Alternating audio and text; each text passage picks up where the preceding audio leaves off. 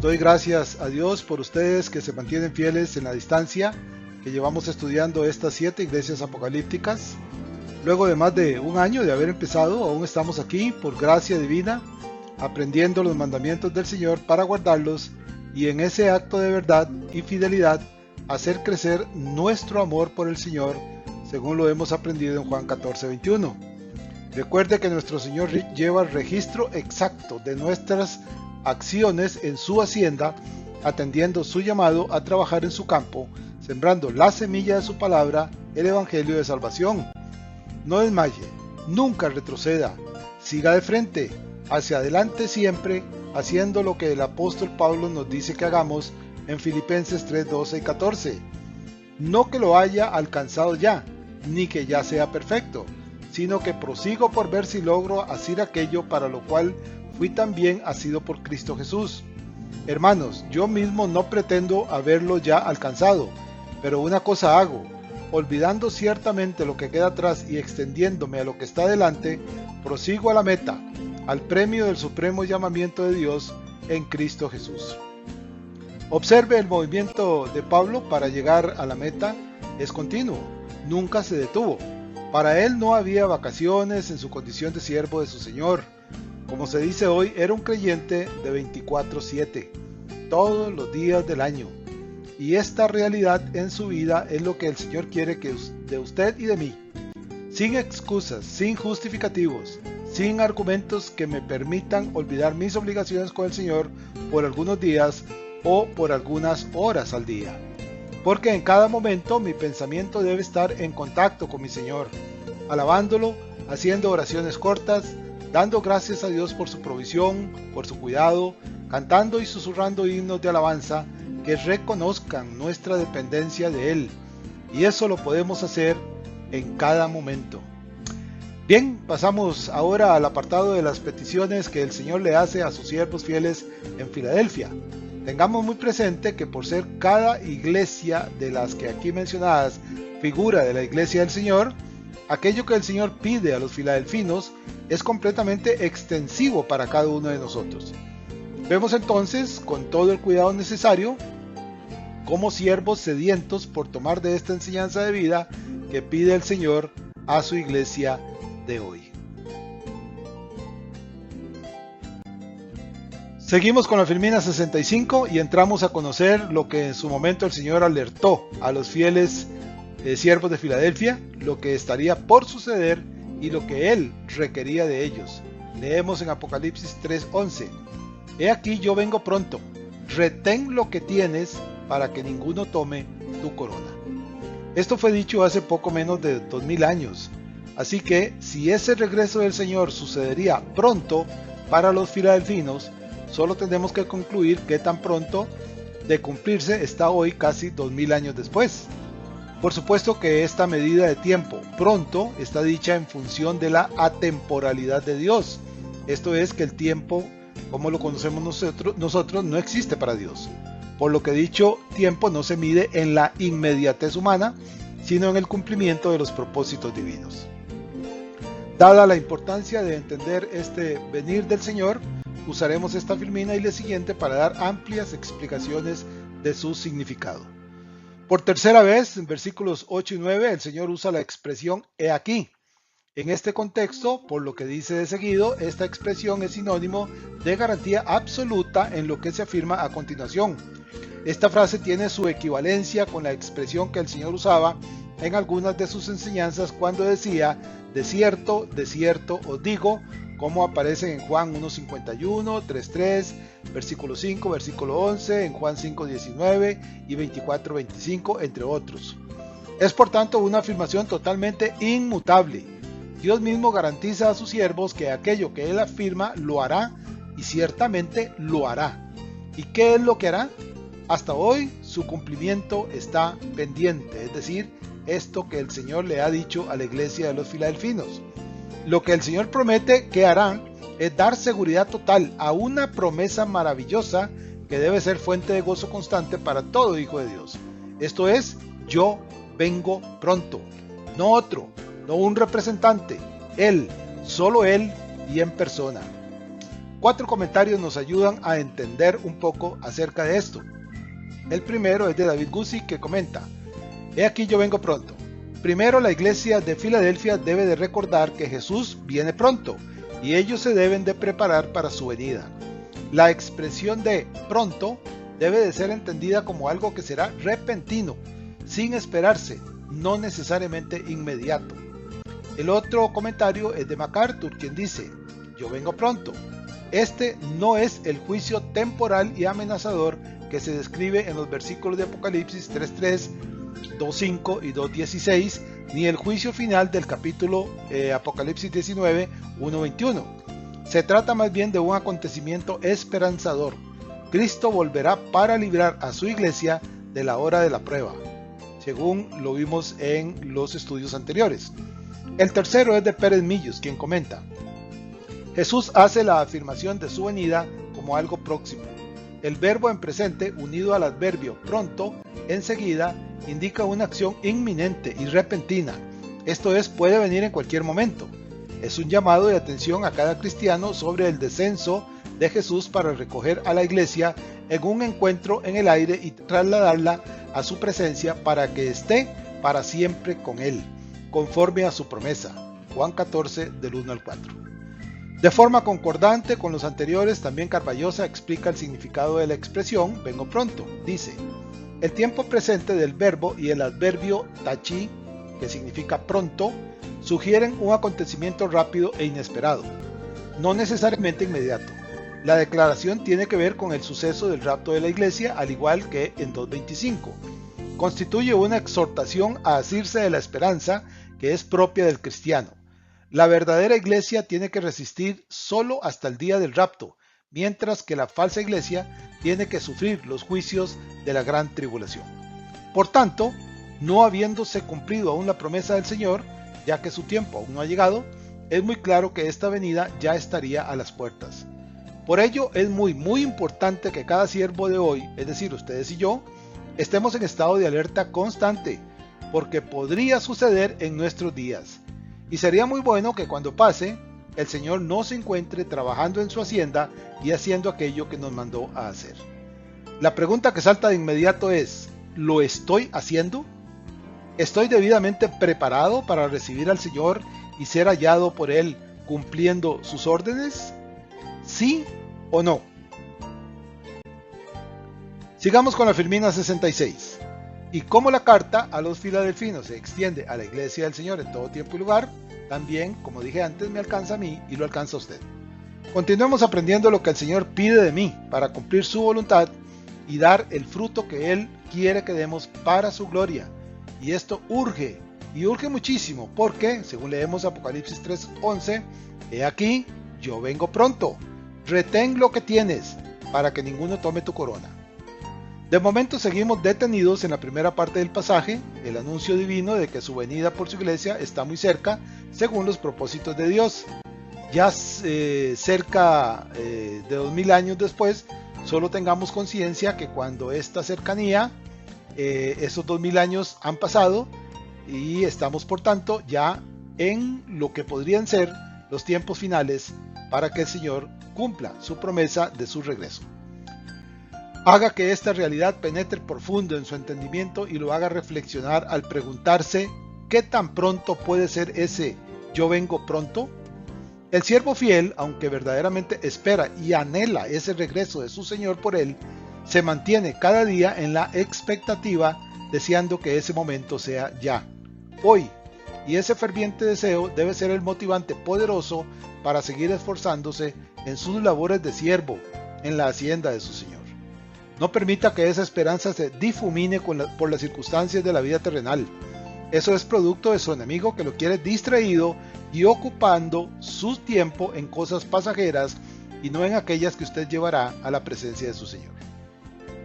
A lo largo de estas cartas ha quedado establecido que el momento del rapto de su iglesia es no solo una verdad absoluta e inmutable, sino que tal momento solo es conocido por Dios y se cumplirá únicamente cuando en su potestad Él así lo haya determinado. Así que no se deje arrastrar por los necios, algunos supuestos creyentes, que se arrogan el conocimiento de fijar fechas para ese momento. Solo imagínense, esto significaría que estas personas saben más que el mismo Señor Jesucristo, cuando estuvo en este mundo cumpliendo su obra vicaria. Veamos Mateo 24:36. Pero el día y la hora nadie sabe, ni aun los ángeles de los cielos, sino solo mi Padre. No dudo que el momento de este acontecimiento puede crear el deseo de tener más información sobre la fecha, porque a mí me ha pasado, pero no dejemos que esto nos haga cerrar los ojos a la verdad de que cualquiera que diga fechas en que pasará es un mentiroso. No caigamos en su mentira. Su Señor no lo aprobará y nos hará sujetos de su reprensión, según Hebreos 12:6. El Señor, conociendo el corazón de los hombres, se ha guardado la información precisa para su solo conocimiento, porque, y como dice su palabra, si sabemos que aquello que vendrá ya sabemos cuándo pasará, ¿para qué prepararnos hoy si podemos hacerlo 1 o 2 días antes de que pase? Romanos 8, 24 y 25 dice sobre esto: porque en esperanza fuimos salvos, pero la esperanza que se ve no es esperanza, porque lo que alguno ve, ¿para qué esperarlo? Pero si esperamos lo que no vemos, con paciencia lo aguardamos. ¿Ve la razón por la que el Señor se reservó cuándo será ese momento? Para que, como hoy, lo aguardemos con paciencia, porque sabemos que ciertamente pasará y nos preparamos cada día para cuando suceda. Eso es precisamente lo que hacemos en este momento. Así que, tengamos mucho cuidado con andar buscando a estos necios para saber qué dicen del cuándo el Señor regresará. Son falsedades y ellos mismos son falsos maestros. Y bien sabemos quién es el que se esconde detrás de todo falso maestro. En lo que a usted y a mí concierne, sigamos haciendo aquello a lo que fuimos llamados y al mandato del Señor. Sigamos lanzando la semilla del Evangelio en todas direcciones, alcanzando a todo aquel que esté a nuestro alrededor. Sin embargo, conociendo el Señor nuestra innata curiosidad y deseo de saber acerca de esto, Él, en su gracia, señaló algunos eventos preliminares que marcarían la cercanía de ese vengo pronto. Y ya que ese acto divino tiene como razón fundamental el guardar a los suyos del momento de la prueba para los que viven en el mundo, y dado que sentir que ese momento está cada día más cerca, es un poderoso acicate para redoblar esfuerzos en su causa, y es que el Señor nos da algunas de esas pistas que conducen a ese momento. Tales pistas, ciertas y verdaderas, que el Señor menciona y que serán premonitores del recogimiento de su iglesia, los detalla el Señor, por ejemplo, en Mateo 24, del 3 al 51. Dado que el pasaje es largo, por favor le ruego que lo busque en su Biblia y lo lea despacio, y hágalo más de una vez. Y recuerde, este pasaje está unido de forma indisoluble con los eventos de la semana 70 de Daniel, que se describen en Apocalipsis de los capítulos del 6 al 19. Ya estamos en la Filmina 67 y seguimos con el siguiente componente de lo que es la petición del Señor a sus siervos, a los que luego de informarles que vendrá pronto según sus tiempos, los insta, Apocalipsis 3:11, a retén lo que tienes, para que ninguno tome tu corona. Aunque sin duda lo que el Señor dice aquí es muy obvio y entendible para sus siervos, veamos las cosas relevantes que yo debo tener presente en mi quehacer diario como hijo de Dios y testificar a todo aquel que me rodea. Lo que el Señor le dice a su iglesia en todo tiempo es una orden clara, obligatoria de cumplir, pero no dicha a quienes, por inclinarse a desviarse del camino recto, se les tiene que recordar de manera firme. No, este no es el caso para la iglesia de los filadelfinos. Solo puedo imaginar la voz del Señor cuando le dicta la carta a Juan, y en este momento su tono está lleno de paz, de estímulo, de aprobación. Porque el Señor sabe que los fieles de Filadelfia cumplirán su petición con todo su corazón. Es claro que el acto de retener implica perseverar, guardar lo que se ha recibido, como gema del más grande valor, y dado los alcances de la carta, hasta mi vida y la suya, tal ordenanza también debo obedecerla. Porque el retener lo que me fue dado conlleva obedecer lo que lo recibido contiene y se espera que yo lo cumpla. Y esto forma parte indisoluble en mi vida de siervo. No hay forma alguna de excusarse por no hacerlo. De hecho, no hacerlo pone en duda toda fidelidad que el siervo debe a su Señor. Y como dice el refrán, a las pruebas me remito. Esta petición del Señor a sus siervos no es algo casual o circunstancial para la iglesia local de Filadelfia? Definitivamente no, porque es visible en la vida de siervos fieles a lo largo de la revelación, como por ejemplo Enoc, Génesis 5:24, Moisés, Números 12:7, Daniel en Daniel 9:23, el Bautista en Mateo 11:11 y en Pablo, Filipenses 1:21, entre otros. Una pregunta inevitable: ¿me puedo contar entre ellos como siervo fiel y obediente? Un más o menos no alcanza. Muestra inseguridad y duda de estar cumpliendo plenamente. De nuevo, en el mundo de los hombres, cuando se nos dice que retengamos algo que se nos da, es porque sin duda aquello es valioso para quien lo entrega y para quien lo recibe. Pero, y ya que en el mundo de los hombres todo es pasajero y perece con el tiempo, por muy valioso que sea, ¿cuánto valor tiene aquello que recibimos del Señor para guardarlo y retenerlo y vivir según ello? Por simple eliminación, la petición del Señor a los suyos de retener lo que Él les ha entregado es, por defecto, del más alto valor delante de Él. Y aun cuando ya sabemos la respuesta, ejercitemos nuestro entendimiento haciéndonos otra pregunta más. ¿Qué es lo que tenía y debía retener Filadelfia? Por supuesto, la pregunta y su respuesta vale de igual forma para cada uno de nosotros. Aquellos siervos filadelfinos tenían como práctica diaria en su vida de hijos de Dios el comportamiento constante que los hizo merecedores de ser alabados y aprobados por su Señor. Lo vemos en el versículo 8. Has guardado mi palabra y no has negado mi nombre. Ya estudiamos lo que esto significa. La pregunta que debo hacerme con total honestidad, porque es imposible que Dios no la vea, Salmo 139, es: ¿cuánto de su palabra estoy guardando? Sabemos que el acto de guardar va mucho más allá de retenerla en la memoria. Si solo está ahí, sirve para muy poco, y es una prueba de falta de entrega y obediencia. Y ya sabemos lo que el Señor hace con los hijos desobedientes. De nuevo, Hebreos 12:6. La otra pregunta, fundida con esta, es: ¿estoy dando testimonio sin vacilar, sin dudar y sin temor de mi fe en el Señor Jesucristo? O, si puedo evitarlo, ¿lo evito? Si esto hago, sin ninguna duda significa que no estoy guardando la palabra del Señor, porque es imposible hacerlo primero y dejar de hacerlo segundo, como también es totalmente imposible hacerlo segundo y no estar haciendo lo primero.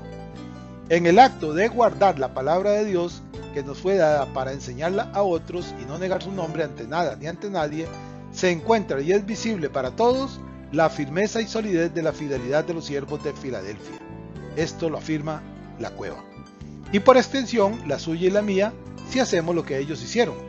Recuerde lo que dice el refrán: una imagen vale más que 1000 palabras. Si lo que usted dice y hace no concuerda con lo que confiesa ser, su entorno lo sabrá, lo juzgará y se reirá de su hipocresía. Si por el contrario ellos ven que lo que usted vive cada día es lo que confiesa ser delante de su Señor, eso hablará a la conciencia de alguno de ellos, llamándolos al arrepentimiento. Pregunto, ¿de qué lado estamos? Sigamos y llegamos a la filmina número 68. Nos encontramos en estado de alerta permanente, porque el Señor nos ha dicho que Él vendrá pronto, y ese pronto lleva cerca de 2000 años de haber sido dicho. Por tanto, y según se ha mencionado antes, su cumplimiento ya debe estar muy, pero muy cerca. Afirmar esto nunca es poner fecha, solo hay que ver el entorno social que rige el mundo, que es corrupción, podredumbre, maldad en todas sus formas y extremos, peor incluso que en los días de Sodoma y Gomorra. Y ya la noticia de tanta maldad ha llegado a los oídos de Dios. Por eso siento que ese maravilloso día está a las puertas. Apocalipsis 3:11. Leemos de nuevo: he aquí yo vengo pronto, retén lo que tienes para que ninguno tome tu corona. Entonces, puestos en alerta, me toca a mí y a usted retener lo que nos ha sido entregado, el Evangelio de Salvación, para lanzarlo en todos los terrenos duros y secos que nos rodean y que tanto necesitan la fuente de agua viva, única esperanza para llenar el vacío en que viven. Ya sabemos qué era lo que tenía y debían retener los siervos de Filadelfia, lo cual es lo mismo que yo debo retener como joya muy preciada. Y como toda explicación dada por siervos verdaderos y conocedores de la palabra de Dios, nunca sobra. Y veamos 3 comentarios de la cueva, Pérez Millos y Carballosa, quienes de esta parte del pasaje en particular, retén lo que tienes, nos dicen. Dice la Cueva, lo que tienes es, en mi opinión, por el contexto actual, la lealtad que la iglesia de Filadelfia había guardado hasta entonces con su Señor. Me pregunto, ¿qué le produjo a los filadelfinos esta obediencia y lealtad a su Señor? La promesa de que en la hora de la prueba ellos serían guardados de ese momento.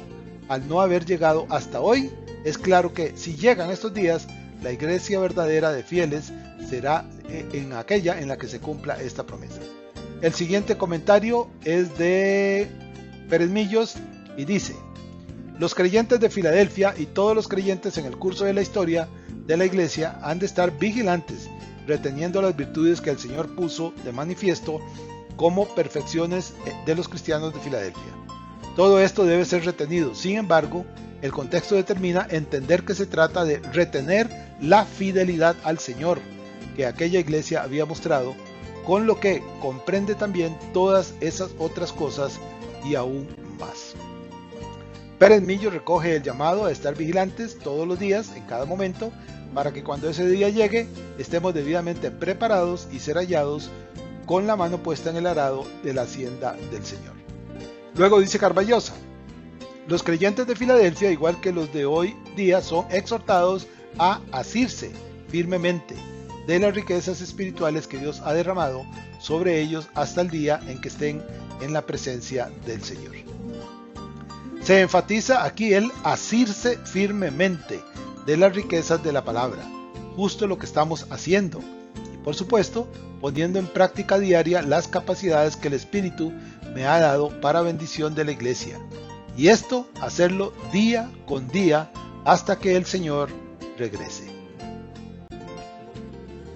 Aterrizamos en la Filmina 69 y aquí extraeremos un poquito más de aquello que el Señor me manda hoy y que yo debo retener, porque Él me entregó para mi propio provecho y para provecho de todo aquel que quiera oír la voz de Dios que me ha sido confiada. Como vemos, es una responsabilidad enorme y que solo es dada a aquellos a quienes el Señor ha alcanzado con su gracia y los ha declarado justos delante de Él. El Señor está viniendo. Usted y yo estamos reteniendo la semilla de salvación, creciendo en ella, santificando nuestra vida cada día más y compartiendo el mensaje con otros. Volvamos al texto base, Apocalipsis 3:11. He aquí, yo vengo pronto. Retén lo que tienes, para que ninguno tome tu corona. Entonces, lo que yo debo retener y a la vez compartir con otros creyentes en Dios o quienes le niegan, es aquello que me ha sido confiado, es decir, la semilla del Evangelio de Salvación. Hacerlo nunca es algo optativo, es la forma en que yo le doy gracias a Dios por su misericordia en mí. Esto es, de gracia he recibido, de gracia doy a otros. Mateo 18. Y esto es lo que les fue confiado a los filadelfinos y ellos cumplieron con el encargo divino. No hay una sola razón para que usted y yo no hagamos lo mismo. ¿Cuál sería el resultado de hacerlo? De nuevo, el mismo que le fue dado a la iglesia de Filadelfia. Porque si la conducta santa de ellos les mereció la aprobación y alabanza de su Señor, tal aprobación también está a mi alcance si los imito a ellos. Esto es, ser fiel a mi Señor. Veamos en términos humanos, si pasamos una gran necesidad, grande en verdad, de tal manera que todos los recursos que tenemos no alcanzan para solventar el problema y de pronto alguien aparece y finiquita el asunto en nuestro favor sin pedir nada a cambio, ¿cuál sería mi respuesta a esa persona? Exactamente esa que usted está pensando, un sentimiento de agradecimiento que durará por el resto de la vida, una disposición para que en caso de que aquella persona necesite algo que yo le puedo dar, hacerlo de inmediato como muestra de aprecio y agradecimiento por lo que hizo por mí. Ahora extrapolemos esto en lo que Cristo hizo por mí en la cruz, partiendo de la verdad de que yo estaba muerto en delitos y pecados y sin derecho de entrar en la gloria de Dios.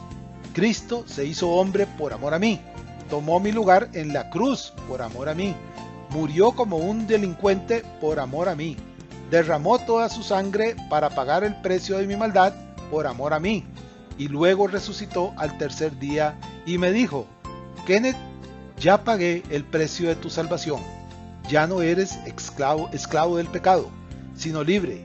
Cree en mí y yo te llevaré a la presencia de mi Padre por toda la eternidad. ¿Cuál debe ser mi respuesta al Señor que hizo esto por mí? Exactamente eso que de nuevo usted está pensando. De aquí en adelante, vivir para Él, sirviéndole en todo lo que me mande y testificando de Él a todo el que quiera oírme. Porque mi fidelidad y servicio a mi Señor es la respuesta de un corazón agradecido por alcanzarme con su gracia. Esto me lleva aquí ahora a mirar dentro de mi ser y medir mi fidelidad al Señor. Pregunto, ¿es fuerte y firme? ¿O la noto falta de persistencia? Recuerde, delante de Dios no existen paños tibios ni medias tintas. O somos y vivimos para Dios cada día, o estamos fallando. ¿Cuál es su veredicto acerca de su propia conducta y servicio de siervo? Hemos llegado a la penúltima filmina del estudio de hoy, que es la número 70, y nos toca ahora abordar la última parte del pasaje, y cuál es el resultado del acto de fidelidad de los creyentes de Filadelfia, de guardar la palabra que les fue predicada, y retenerla en su corazón y en su vida de testimonio delante de todos. De nuevo, como lo ha sido toda la carta, cada cosa que el Señor señala y le alaba a los filadelfinos tuvo su aplicación inmediata para los días en que aquellos siervos vivieron. Pero como la carta viaja en las arenas del tiempo y alcanza a todo creyente en toda iglesia local, en todos los lugares del mundo donde el siervo se encuentre, también ha llegado a nosotros para que aprendamos a vivir como los de Filadelfia y recibir la aprobación del Señor. Luego el Señor detalla las consecuencias del acto de ser fiel al Señor, y es la última parte del pasaje, para que ninguno tome tu corona. En principio parecería haber algún grado de duda en lo que el Señor afirma aquí, y preguntamos, ¿será que alguien puede quitarme la corona? ¿Podría perder la salvación? Estos son los temores que, de entrada, algún creyente podría llegar a tener. Veamos qué significa lo que el Señor le dice a la iglesia antes de concluir erróneamente de esta afirmación que la salvación podría perderse. Entendamos qué es esa corona que el siervo fiel recibirá de su Señor, y para eso acudimos al comentario de nuevo de Carballosa para mejor entender, y dice el siervo: el cristiano no pierde la salvación, pero sí puede perder su galardón, la corona, para que ninguno tome tu corona. Esta frase no sugiere que la corona o galardón podía ser robado, sino que se podía perder legalmente, como el atleta que llega a la meta pero es descalificado por haber quebrantado alguna norma de la competencia. Los creyentes de Filadelfia, igual que los del día de hoy, son exhortados a asirse firmemente de la riqueza espiritual que Dios ha derramado sobre ellos hasta el día en que estemos en la presencia del Señor. En esencia es mantenerse en estado de vigilia constante, todos los días y a cada momento, para que los engaños del enemigo no me enreden en nada que me aleje del estado de obediencia y santidad que le debo a aquel que dio su vida por mí. Hay un comentario adicional de la Biblia de las Américas de 2000 que dice: nadie tome tu corona. No se refiere a la corona de vida, sino a la recompensa por el servicio cristiano, la cual se puede perder, pero nada ni nadie puede quitarle la salvación. Es claro, el Señor le dijo a los filadelfinos que continuaran siendo y haciendo lo que hacían y que Él había aprobado, para que la corona que se les dará a todo siervo fiel en presencia del Señor no la pierda por descuidar ese servicio constante. No tiene nada que ver con salvación eterna.